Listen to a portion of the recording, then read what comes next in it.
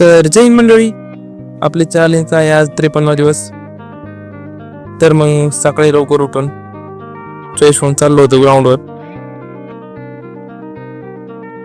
तर चाललो होतो ग्राउंडवर. आमच्या पार्टनरने केली ती गद्दारी म्हणून आज एकटाच होतो.